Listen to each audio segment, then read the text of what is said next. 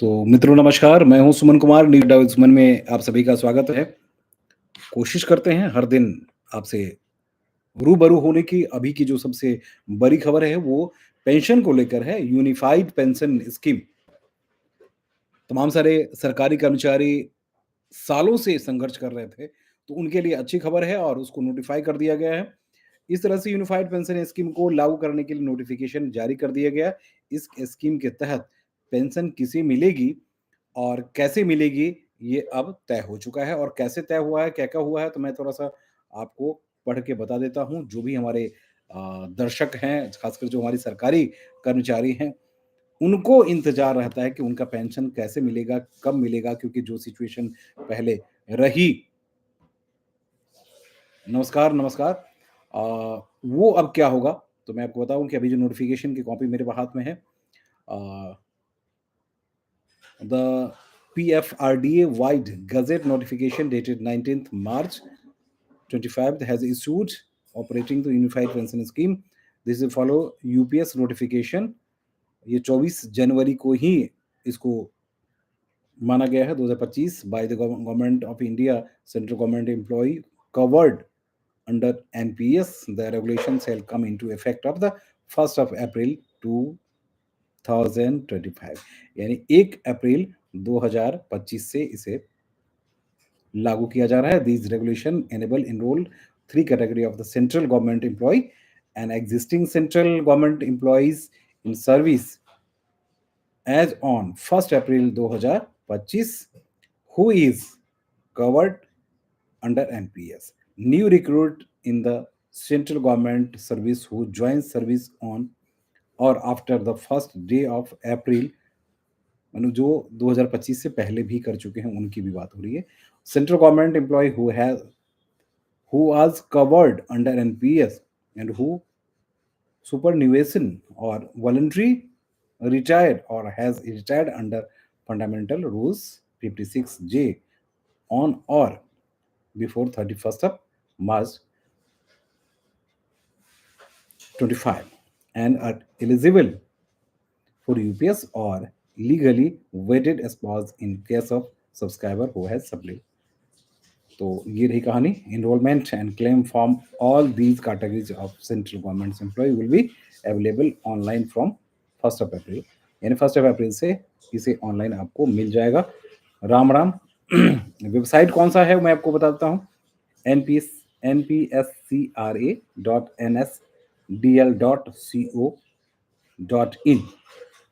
तो बड़ी खबर है क्योंकि एनपीएस को लेकर लाखों कर्मचारी हंगामा करते रहे और उसको लेकर जो डिसीजन होना था, सरकार ने फैसला लिया और सरकार बड़ी दिलचस्प बात ये रही कि दिल्ली में चुनाव से पहले सरकार ने ये डिसीजन लिया और जब सेंट्रल गवर्नमेंट यानी लोकसभा का चुनाव था उस वक्त केंद्र सरकार ने इस पे डिसीजन नहीं लिया था। कमिटी बनी थी और कमिटी के रिकमेंडेशन को फॉलो करने की बात हुई थी। कमिटी के रिकमेंडेशन की फॉलो मीटिंग्स और तमाम सारी चीजें हुई थी लेकिन इस पे डिसीजन नहीं हुआ था। तो मित्रों, क्योंकि सरकार का कहना ये था कि इस पे लाखों करोड़ों का जो बजट आएगा उसको झेलना बहुत मुश्किल है। बहरहाल सरकार ने जो किया अच्छा किया और और इससे कम से कम ये तो हुआ कि पेंशन तो मिलेंगे। अदरवाइज मैं अपने घर की बात बताऊं, अभी कुछ दिन पहले ही भाभी मेरी रिटायर्ड हुई हैं टीचर से और उनको मिल रहा है 3500 रुपये। क्या इस उम्र में 3500 रुपये काफ़ी है? जब मेरे पिताजी रिटायर्ड हुए हैं तो उनके लगभग 35,000 40,000 के आसपास। तो इस उम्र में आकर इस तरह के बजट अगर आपको दिए जाए तो वो काफ़ी नहीं होता है। ज़िंदगी चलती है, दुनिया हेलो, हेलो पवन पवन जी। बिल्कुल सर डीसीडी में कुछ बताओ बिल्कुल अभी आप चर्चा करेंगे। ज़रा खबरों की चर्चा कर रहे थे कि आज क्या-क्या रहा। तो ये तमाम सारी चीज़ें ऐसे रही क्योंकि पेंशन बहुत बड़ा मसला है और इसमें लाखों एम्प्लॉयी हैं, जो सालों से इंतज़ार कर रहे थे क्योंकि 2003 के बाद ही पूरे मसले उलझा कर रख दिए गए और उसके बाद जितने एम्प्लॉयी रहे, उनको कुछ ख़ास नहीं मिला। सरकार गाहे-बगाहे उनको घुमाती रही, लेकिन विधानसभा चुनाव से पहले जो कुछ हुआ, वो अच्छा हुआ। और कम से कम नोटिफिकेशन जारी हो गया, तो इसके साथ ही 1 अप्रैल से इसे लागू भी किया जाएगा। अब उसके लिए फॉर्मेलिटीज़ जो है उसमें ऑनलाइन भरिए और बहुत ज़्यादा परेशान होने की ज़रूरत इसलिए नहीं कि इस एनपीएस के आ जाने से कम एक रास्ता तो साफ़ हुआ कि भई आपकी सैलरी का 50% आप जब रिटायर होते हैं, उस वक़्त आपको पेंशन के तौर पे मिलेगा। जो भी रकम होगा और इतना मिलता है तो बहुत बड़ी बात होती है ना? एक बड़ी बात होती है और मुझे लगता है कि इससे सबों को फ़ायदा होगा। केंद्र सरकार के ऊपर बोझ तो है, लेकिन केंद्र सरकार उस कर्मचारियों का जिसने सालों अपनी ज़िंदगी गँवा दी, है ना? अपनी मतलब जवानी से लेके बुढ़ापे तक गँवा दी और उसको लास्ट में वो जाता क्या कुछ लाख रुपए मिलते हैं, उसके बाद पेंशन कुछ होता नहीं है। बुजुर्गियत में आपको हॉस्पिटल के दौरे लगाने पड़ते हैं, उसके बाद क्या-क्या परेशानी होती है, उसे कहने की ज़रूरत नहीं है। और जो शहर की हम बात करते हैं, जिस शहर में हम लोग रहते हैं, यहाँ बच्चे आपके साथ होंगे या कहना मुश्किल है, यहाँ आपको सेपरेट ही रहना है ना? तो तमाम सारी चीज़ें हैं जिसके लिए जो डिसीज़न लिया गया वो बहुत अच्छा लिया गया और मुझे लगता है कि एक अच्छा डिसीज़न है और इसका अच्छा इम्पैक्ट भी होगा। अब हम चलते हैं आज जो खबरें हुई मित्रों, आज बिहार की कुछ खबरें ऐसी हैं जो बड़ी इंटरेस्टिंग है और उसे रूबरू होना बहुत ज़रूरी है। वहाँ के मुख्यमंत्री नीतीश कुमार को लेकर काफ़ी कुछ देखने को मिला कि वहाँ राष्ट्रगान की शुरुआत हो रही है और उनकी मनःस्थिति देखने लायक थी कि वो अपने वो चीफ सेक्रेटरी को कह रहे हैं कि बाहर चलो, बाहर चलो, बाहर चलो।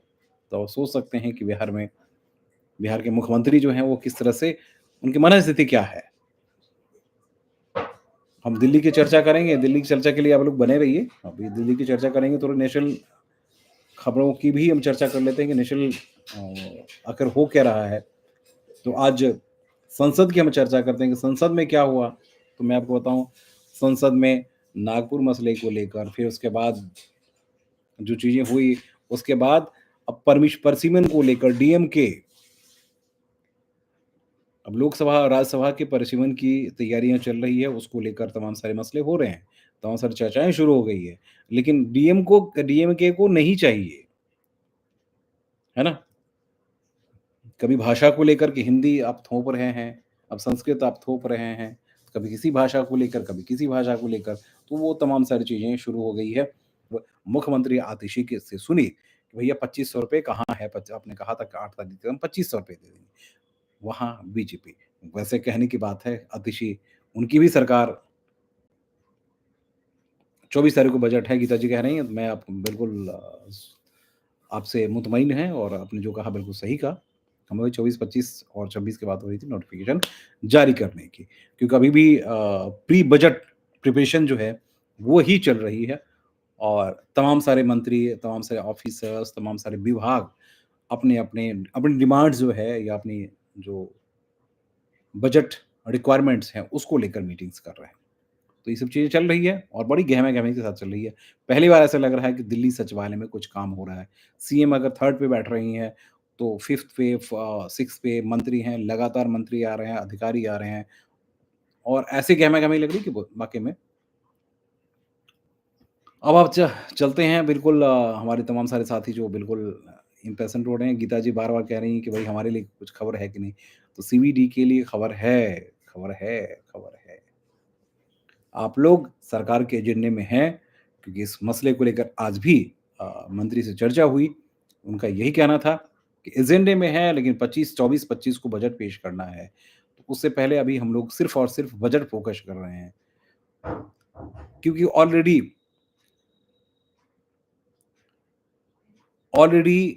लेफ्टिनेंट गवर्नर वीके सक्सेना पहले ही जो पिछले सप्ताह जो बैठक हुई थी, उसमें क्लियर कर दिया था कि भई ये हमारे एजेंडे में है। अब इनका प्रारूप क्या होगा? प्रारूप पहले की तरह नहीं होगा, प्रारूप अब चेंज कर रहे हैं क्योंकि आम आदमी पार्टी ने जो भी कुछ किया, उसको ये फ़ॉलो करके या उसको कंटिन्यू नहीं करना चाहेंगे। जैसे बस मार्शल्स की बात हो रही थी कि बस मार्शल्स को क्या एज़ इट इज़ कंज़्यूम करेंगे, यानी एज़ इट इज़ उनको लगाएँगे।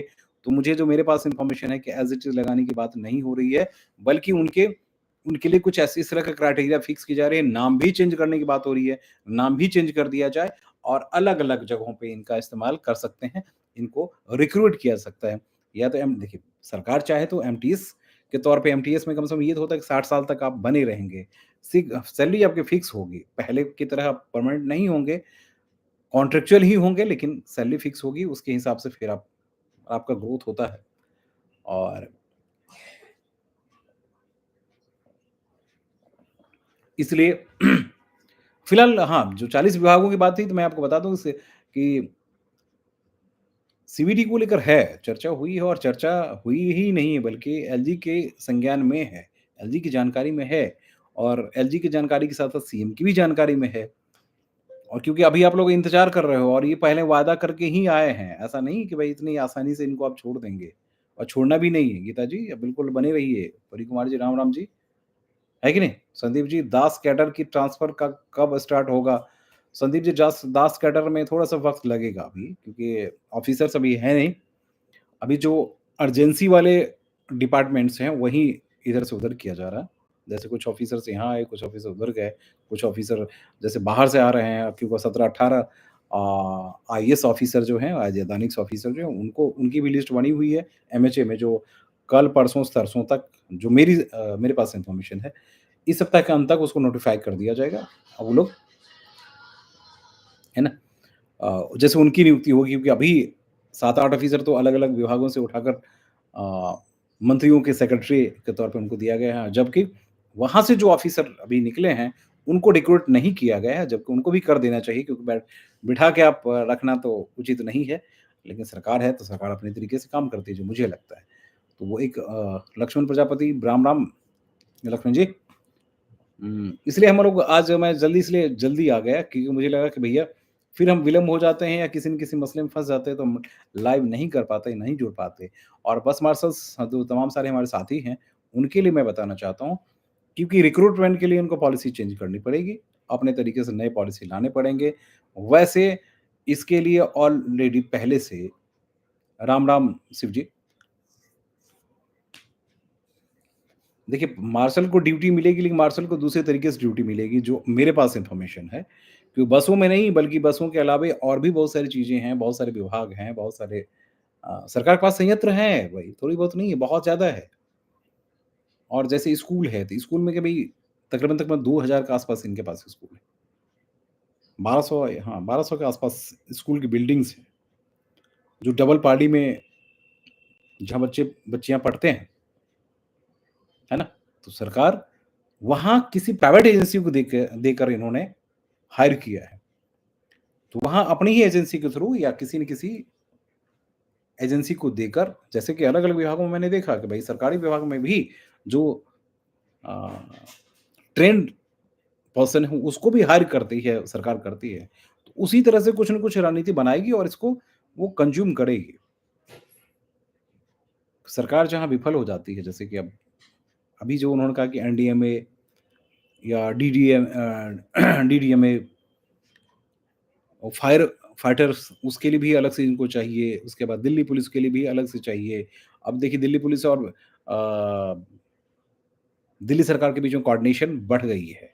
अब डीसीपी से लेकर ऊपर तक जितनी ट्रांसफर पोस्टिंग होंगी उसमें सीएस की भी हमें या मुख्यमंत्री की भी बात सुनी जाएगी।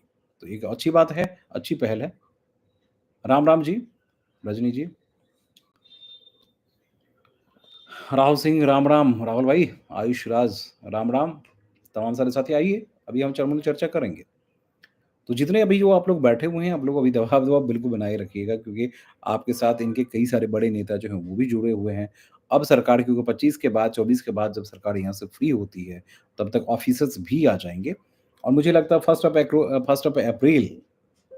वीक ऑफ अप्रैल तब तक रास्ता साफ हो जाएगा और रिक्रूटमेंट के लिए जो अपनी पॉलिसी या तमाम सारी चीज़ें हैं, उसको भी किया जा सकता है। सर, क्या जल्दी आगे सो जाती हूँ। अरे नहीं मैं जल्दी आ गया था, मैं मुझे लगा कि विलम्ब होने के बाद फिर फ़ोन कॉल्स आने शुरू हो जाते हैं, तो फिर मैं अपनी ज़िम्मेदारी से पीछे हट जाता हूँ और लगातार कई दिनों से नहीं बल्कि पिछले कुछ महीनों से मुझे लगता था कि आप लोगों के साथ छल हो रहा है, हम लोग मिल नहीं रहे हैं और रूबरू हो नहीं पा रहे हैं, बातें हो नहीं पा रही है, तो तमाम सारी चीज़ें ऐसी थी जिसको लेकर लगा कि होना चाहिए। आज महेश जी नहीं है, महेश जी बहुत सारी चीज़ों पे अपडेट करते हैं। आज भी जोशी जी ने फ़ोन करके उनसे पूछा कि क्या हो रहा है? अभी कुछ डेटाबेस तैयार करने की बात हो रही है गीता जी, आप लोगों के साथ भी ऐसा हुआ क्या?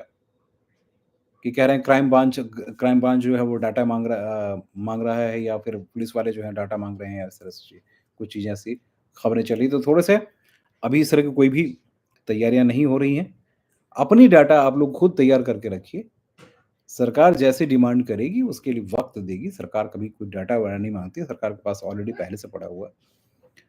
सरकार जैसे नोटिफ़िकेशन जारी करेगी, उसके बाद फिर वो जो कुछ हमारे मित्र चाह रहे थे, वो कह भी रहे थे कि भई हमारा रिन्यू नहीं हो पाया, तो सरकार के पास ऐसा संयंत्र है, जिसमें रिन्यू होने के लिए बहुत ज़्यादा मगजमारी करने की ज़रूरत नहीं है, वो सब तमाम सारी चीज़ें हो जाएगी। और मैं आज की घटना बताऊँ, एक डिस्ट्रिक्ट मजिस्ट्रेट से चर्चा हो रही थी कि भई तो उन्होंने कहा कि अब तो सरकार तो बनी तुरंत में। नहीं, नहीं सरकार अब देखिए भाई राहुल जी, उम्मीद मत तोड़िएगा। पवन जी, हाँ, कोर्ट की सुनवाई होती है, लेकिन कुछ अधिकारी बड़े शैतान होते हैं। ये बात आपने सही कही। कुछ अधिकारी शैतान होते हैं, उन्हें लगता है कि जितना हम इसको बढ़ाते जाएँ, लोअर कोर्ट है तो हाई कोर्ट है तो फिर सुप्रीम कोर्ट या फिर ट्रिब्यूनल है तो ट्रिब्यूनल पहले जाइए।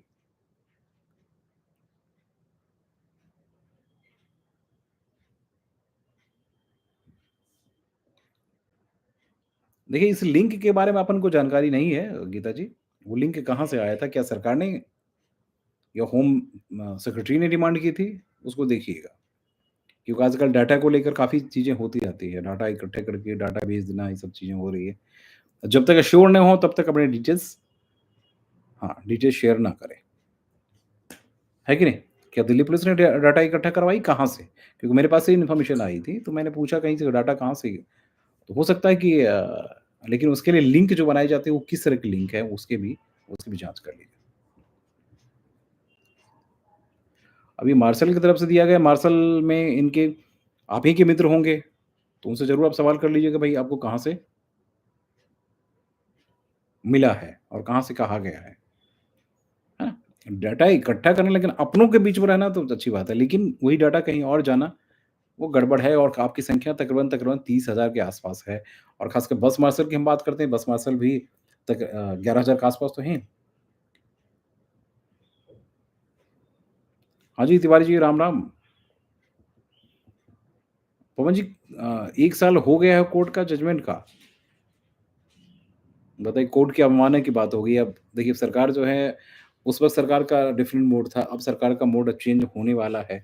तो अब कौन-सा मसला है, कैसे मसले हैं, उसको फिर से पर्सीव कीजिए और नहीं तो फिर कोर्ट की अवमानना की एक नोटिस दिलवा दिलवा दीजिए। तुरंत वो सुनने लगेंगे, दौड़ने लगेंगे, ऐसा थोड़ी करिए। हाँ, दौड़ने लगेंगे, दौड़ना ही पड़ेगा, ऐसे थोड़ी हुँ? ठीक है? तो तमाम सारे मित्रों, तो ये रही। और कुछ खबरें, हाँ, दिल्ली से जुड़ी हुई कुछ खबर तो भे शेयर कर लें आज। दिल्ली में क्या-क्या रहा?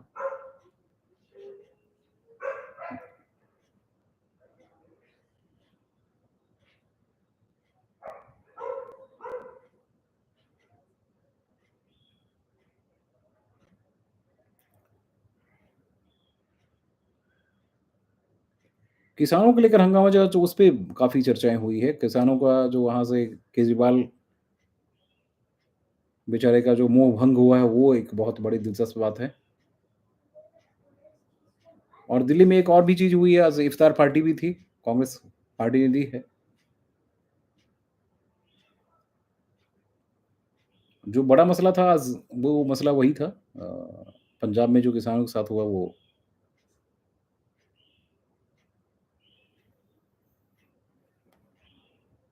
तो आज की यही सारी खबरें हैं और इसलिए परेशान मत होइए, मत मस्त रहिए।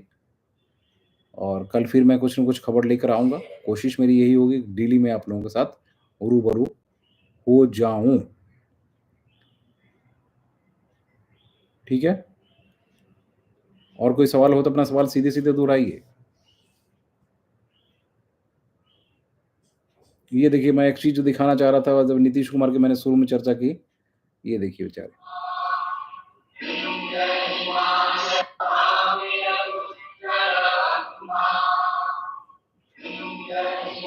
ये देखिए।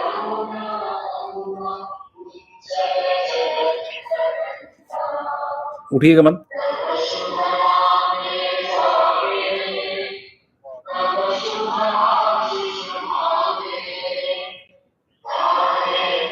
क्या आप कुछ 100 मीटर के दायरे में किसी नए दोस्त से मिलना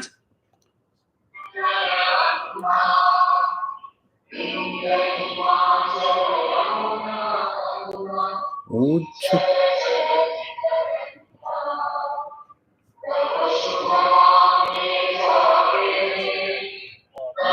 ये नहीं आ पा रहा।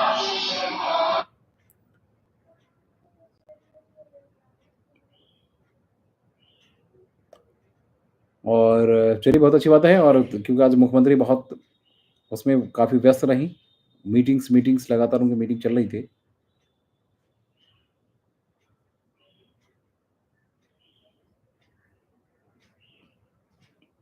देखिए, इनको काम तो करना पड़ेगा और तमाम सारे हमारे साथी जो परेशान हैं, उनकी परेशानी दूर भी करनी पड़ेगी, क्योंकि सब कुछ आसान नहीं है, पहले की तरह, है कि नहीं? इसका वीडियो अपलोड नहीं करना।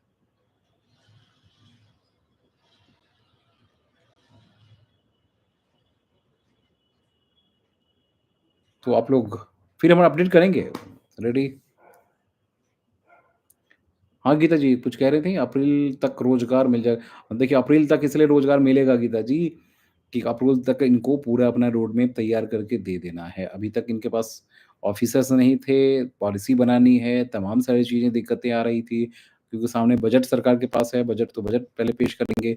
उससे पहले ये ₹2500 देने की कोशिश कर रहे थे, लेकिन उसमें टेक्निकल ग्लिच आने की वजह से उसमें थोड़ी दिक्कतें आई है। लेकिन मुझे लगता है कि उसका भी सॉल्यूशन निकल रहा है। तो इसलिए आप लोग बिल्कुल मान के चलिए, इतने दिन मान के चले हैं, तो मान के चलिए कि अप्रैल में एनी हाउ सरकार को एक सॉल्यूशन आप लोगों के लिए देना पड़ेगा। और मेरे पास जो सोर्सेज़ हैं, वो बिल्कुल क्लियर बता रहे हैं कि एक पहला चंक जो है इसका, या पहली जो चीज़ें होंगी, पहले इन्फॉर्मेशंस होगी, या पहले रिक्रूटमेंट की जो पॉलिसी होगी, वो ये डिक्लेयर अप्रैल में ज़रूर करेंगे। क्योंकि ये भी चाहेंगे सरकार चले, स्मूथ चले, और बिना भई कर्मचारियों के की सरकार नहीं चल सकती। अब वो पहले वाली ना सरकार है, ना पहले वाले एलजी हैं, ना पहले वाले सीएम हैं, है ना? राम-राम। डीटीसी बेसिक डीए के फाइल कब पास होगा? ललित जी, थोड़ा-सा वेट कीजिए। अब सब सारी चीज़ें जो है वो बजट के बाद ही होगा, क्योंकि मंत्री जी कंटिन्यू उसी में लगे हुए हैं।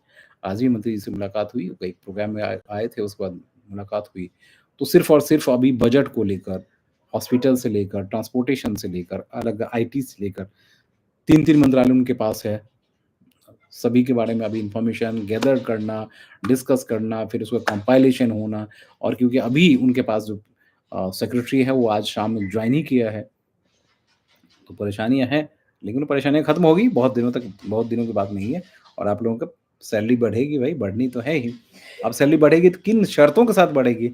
हो सकता है उस शर्त में कुछ बदलाव हो जाए, क्योंकि पहले वाली सरकार बहुत कुछ पास तो करती थी, लिखती ज़रूर थी, लेकिन अब जानते हैं कि वो काम हो नहीं पाता था, कि वो टेक्निकल एरर जो है, वो ग्लिचेज़ जो है वो आ जाते थे। लेकिन अब जो सरकार, ग्लिचेज़ नहीं आने चाहिए, कि तीनों लेयर पे भई यहाँ भी है, एलजी भी है, एचएम भी है, और राष्ट्रपति भी हैं, तो अब वो दिक्कतें नहीं आनी चाहिए, जो मुझे लगता है कि नहीं? तो चलिए, शुभ रात्रि, फिर मिलते हैं कल।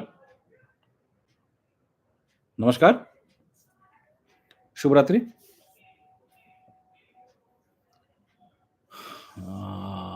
हबीब भाई, बिल्कुल, बस मास्टर के लिए यही है कि आप लोग थोड़ा-सा और पेशेंस रखिए, थोड़ा-सा और इंतज़ार कीजिए, क्योंकि अब प्रक्रिया 25 के बाद काफ़ी कुछ चेंज होगा। और कल कोशिश करेंगे फिर एक बार से फिर से मंत्री से बात करने की, क्योंकि मंत्री जी आज काफ़ी उसमें व्यस्त थे। ओके? चलिए, शुभ रात्रि।